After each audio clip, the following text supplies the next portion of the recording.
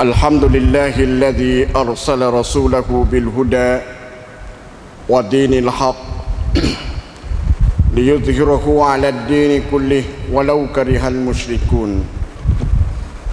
Asyhadu an la ilaha illallah wahdahu la syarika lah wa asyhadu anna Muhammadan 'abduhu wa rasuluh. Allahumma salli wa sallim ala 'abdika wa rasulika Muhammad wa ala alihi wa sahbihi wa sallama tasliman katsira. Amma ba'du, fa ya ibadallah, usikum wa iyaya bitaqwallahi wa ta'atihi la'allakum turhamun. Sidang Jumat muslimin yang dirahmati Allah sekalian, sama-samalah kita bertakwa kepada Allah sebenar-benar takwa dengan kita mengerjakan apa yang disuruh oleh Allah dan jauh sekali daripada apa yang dilarang oleh Allah. Moga hidup kita di atasnya dapat keberkatan dalam akhirat nanti, jauh kita daripada azab sengsara. A'udzubillahi minasyaitonir rajim. Bismillahirrahmanirrahim. Wa annal masajida lillahi fala tad'u ma'allahi ahada. Wa annahu lamma qama Abdullahi yad'uhu kadu yakununa alaihi libada. Sidang Jumat yang dirahmati Allah sekalian,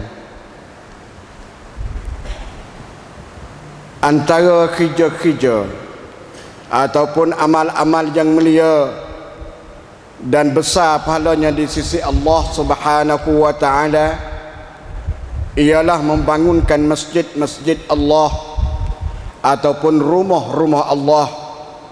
Dia dianggapkan satu amalan yang diambil beratkan oleh Nabi kita Muhammad sallallahu alaihi wasallam, dan dia selalu digesarkan, pekerjaan itu adalah selalu digesarkan oleh Nabi kita supaya umatnya selalu membina dan mendirikan masjid atau rumah untuk beribadat kepada Allah Subhanahu wa taala. Sebagaimana sabda Rasulullah sallallahu alaihi wasallam, "Man bana masjidan yabtaghi bihi wajha Allah, banallahu lahu baitan fil jannah." Barang siapa membangunkan sebuah masjid dengan tujuan semata-mata kerana mencari keredaan Allah, akan diberikan Allah baginya sebuah rumah dalam syurga nanti. Saudara kaum muslimin sidang Jumat yang dirahmati sekalian, membangun masjid tak kira besar ataupun kecil, cantik ataupun tidak cantik, berhawa dingin ataupun cuma berkipas angin saja, tidaklah begitu payah dan tidak pula menjadi permasalahan kalau nak dibandingkan dengan kerja-kerja mengimarahkan, menghidupkan masjid-masjid itu, seperti mana kita mengerjakan dan membanyakkan amal-amal ibadat di dalam masjid, memenuhkan kegiatan-kegiatan agama seperti mengadakan kelas-kelas pengajian, kursus keluargaan kepada muda dan mudi, memberi kepahaman Islam kepada mereka yang belum memahami hakikat Islam.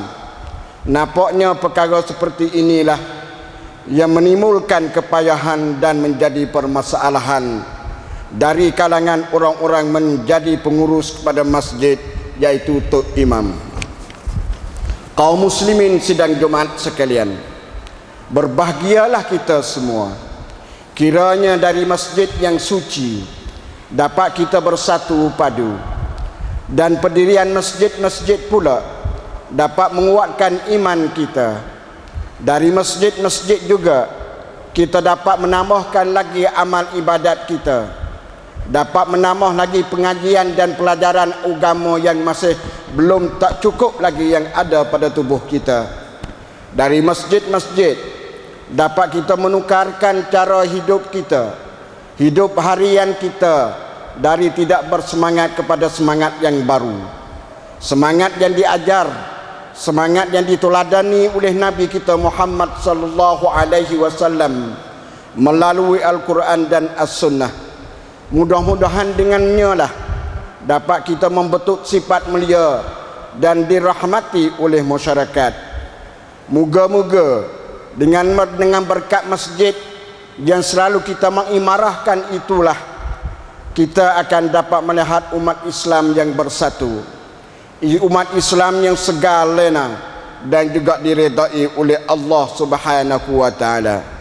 Saudara, walaupun begitu masih terdapat lagi banyak masjid-masjid didirikan dan tidak ketinggalan pula dengan surau dan musalla ataupun balasah-balasah dijadikan masjid. Kononnya adalah kerana nak membanyakkan tempat semayang Jumaat dengan sebab kesie nyanyonya kepada orang-orang yang berumur banyak. Berlainan pula dengan di zaman dahulu, di zaman yang tidak ada orang berkelulusan tinggi, nak mengadakan satu-satu tempat untuk bersemayang Jumaat itu, orang-orang yang berpengetahuan di kalangan mereka pada masa itu, mereka selalu bahas, membincangkan patut diadakan ataupun tidak diadakan. Kerana jarak jauh dan dekatnya masafah dari satu masjid dengan satu surau yang akan diadakan semayang Jumaat itu, bolehkah atau tidak? Kalau ada, jadi permasalahankah atau tidak? Apatah lagi dengan makmum-makmum yang bermustautin dan tambah pula dengan kenyaringan pembesar suara waktu azan dikeudarakan dan berkhutbah Jumaat dibacakan, sehingga kadang-kadang yang manakah satu untuk dijadikan khutbah baik sebagai satu syarat bagi menyempurnakan semayang Jumaat. Selain daripada itu, tak kira pula dengan sini menyini, kata mengata, solat semayang di masjidku inilah lebih sempurna dari masjid engkau, dengan alasan bermacam-macamnya. Imam bermazhab tu, imam bermazhab ni, imam akidah semacam itu, dan imam berakidah semacam ini. Hasil dari itulah, manakah harapan kita bahawa dengan mengimarahkan masjid akan menzahirkan syiar Islam, mengukuhkan tali persahabatan, melahirkan sifat hormat menghormati antara kita sesama kita, dan dapat mengekalkan keamanan dan kemakmuran masyarakat kita. Dalam pada itu pun, maka dengan keberkatan masjid yang kita selalu mengimarahkan itu, mestilah sentiasa berwaspada kepada sifat-sifat yang tidak diingini itu.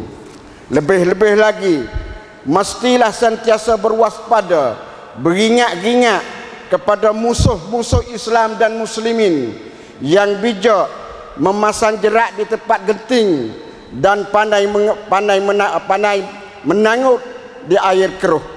Seandainya kalau mereka berjaya memperdaya dan memujukkan kita, dunia kita yang terang ini akan bertukar menjadi gelap, dan dunia kita yang aman makmur ini akan tukar menjadi huru hara.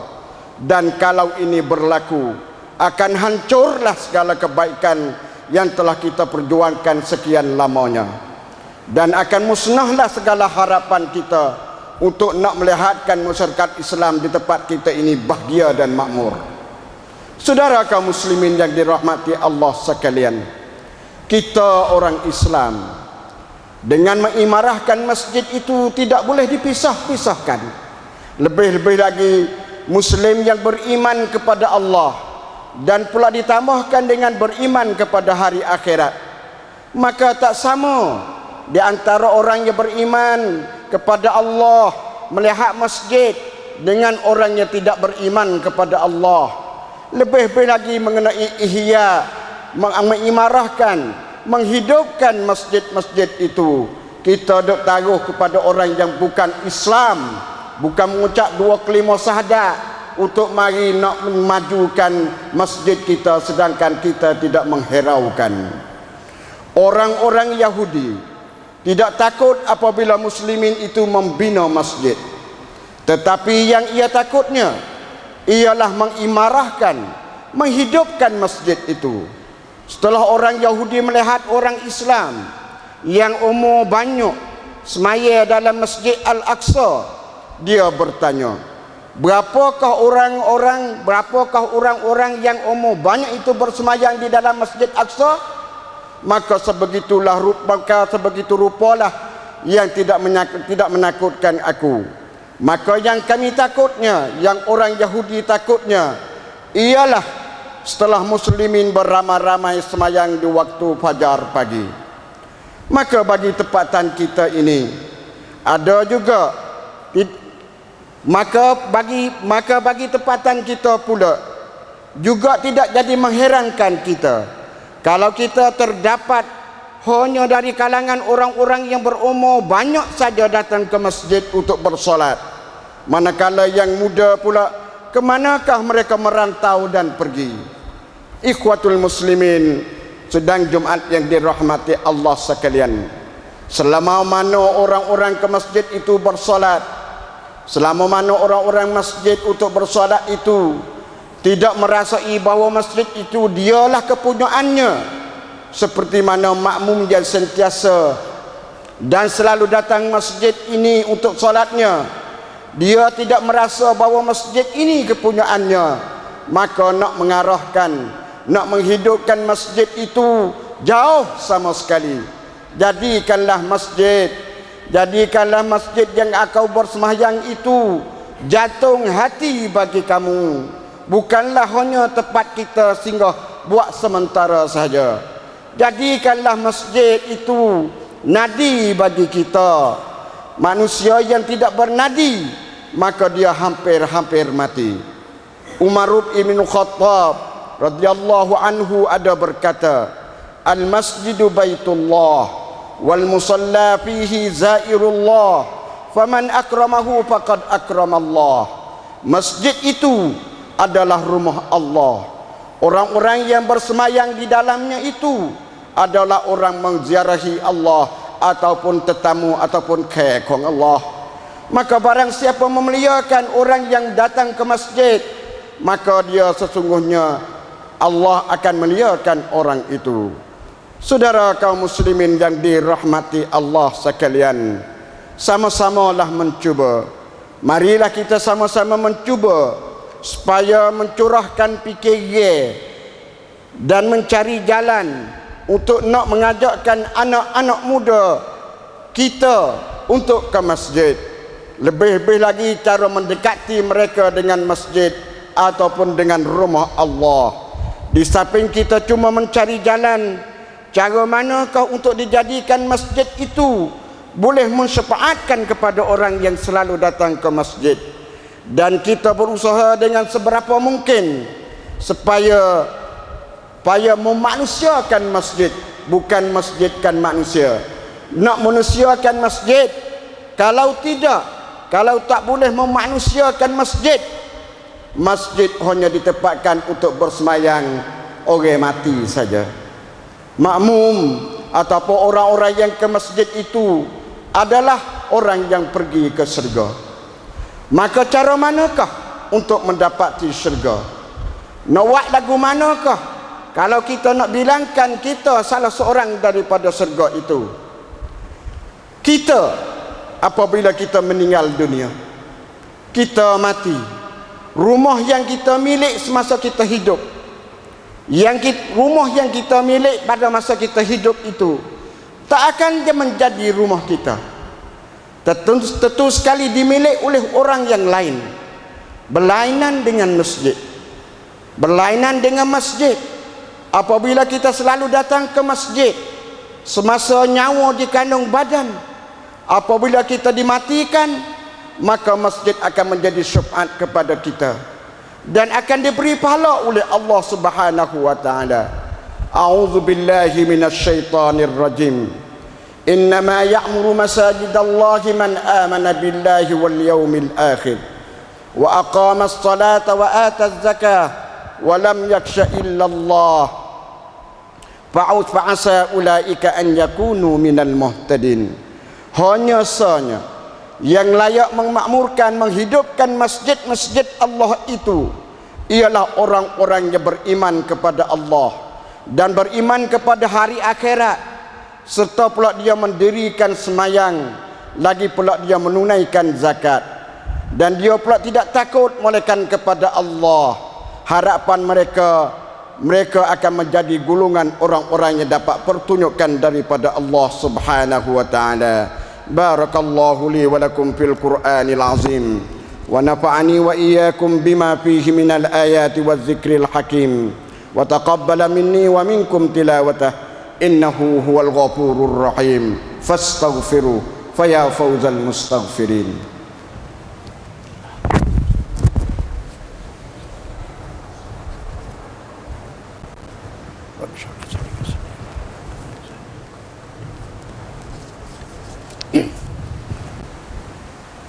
Alhamdulillahi rabbil alamin wal aqibatu lil muttaqin fala udwana illa 'alal zalimin.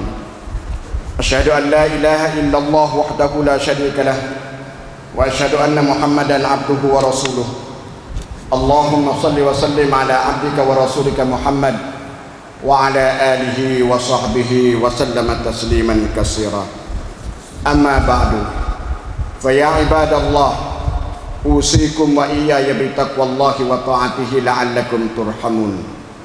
Sidang Jumat kaum muslimin yang dirahmati Allah sekalian, kita beragama dengan agama Islam. Kita semua yang ada dalam masjid ini, kita beragama dengan agama Islam, agama yang diakui oleh Allah. Kita beragama dengan agama Islam bukanlah tujuan semata-mata untuk mengharapkan kebahagiaan di akhirat saja, tetapi Islam menganjurkan umatnya supaya hidup bahagia di dunia dan juga bahagia di akhirat bersama. Kerana kebahagiaan hidup di dunia ada hubungannya dengan kebahagiaan di akhirat, dan kecewaan ataupun tidak senangnya hidup di dunia ada hubungan dengan tidak senangnya di akhirat. Dalam agama Islam penuh dengan panduan-panduan tunjuk ajar hidup, cara kita berada hidup dalam dunia, yang mana kalau kita bersama-sama mengamalkan, kita akan dapat hidup bahagia. Dan kalau kita membelakanginya, kita lupakannya, boleh menyebabkan kita tidak senang dan kita terkecewa. Dan tak payahlah kita mempertirukan agama Islam kita, karena agama Islam agama yang dijadikan oleh Allah, bukanlah seperti mana agama-agama yang lain boleh mempertirukan. Oleh yang demikian, jangan sekali-kali memikir untuk nak mempertirukan benar-benar yang ada, yang telah diselesaikan, telah cukup Allah jadikan. Al-yawma akmaltu lakum dinakum wa atmamtu alaikum ni'mati wa raditu lakumul Islam madina. Pada hari ini telah kami sempurnakan segala-galanya agama Islam itu, sudah cukup segala-galanya. Ini Allah Subhanahu wa taala perintah, Allah Subhanahu wa taala memikir, Allah Subhanahu wa taala memberita kepada kita. Dan bagaimanakah kita nak mempertirukan agama Islam yang tidak begitu lagi cukup? Cukup tak cukup duduk pada kita, setakat manakah otak kita mengkaji Al-Quran? 1,900 lebih ayat, adakah kita dapat memahami semuanya? Daripada surah Wadduha hingga sampai surah Wan-Nas, sudahkah kita pandai memikirnya? Bagaimana kita nak mengatakan Islam mesti kita kena mempertirukan? Saudara kaum muslimin sekalian, tiap-tiap seorang daripada orang Islam wajib kita menanamkan rasa keislaman dalam hati masing-masing, hingga terbayanglah di dalam hati kita sehari-hari dengan suasana Islam. Lepas itu kita tanamkan rasa keislaman itu ke dalam hati anak isteri dan juga kaum keluarga kita, hingga terdapat dalam pergaulan rumah tangga kita bercahaya dengan cahaya Islam. Moga-moga dengan rasa kita kepada cahaya Islam dan corak hidup seharian kita mengikut Islam, tentu akan melahirkan masyarakat Islam yang bahagia dan pula diredai oleh Allah. Tetapi perlu kita dijagakan bahawa selama mana masyarakat Islam hidup dalam kejahilan dan lalai dengan ajaran agama mereka, maka payahlah bagi mereka nak mengaku kebenaran dan keteguhan agama dan juga kesucian agama yang mereka pegangi itu. Oleh itu, fikirlah saudara sekalian, moga dengan fikir itulah pelita bagi hati, senang kita di dunia, hidup bahagia kita dalam akhirat.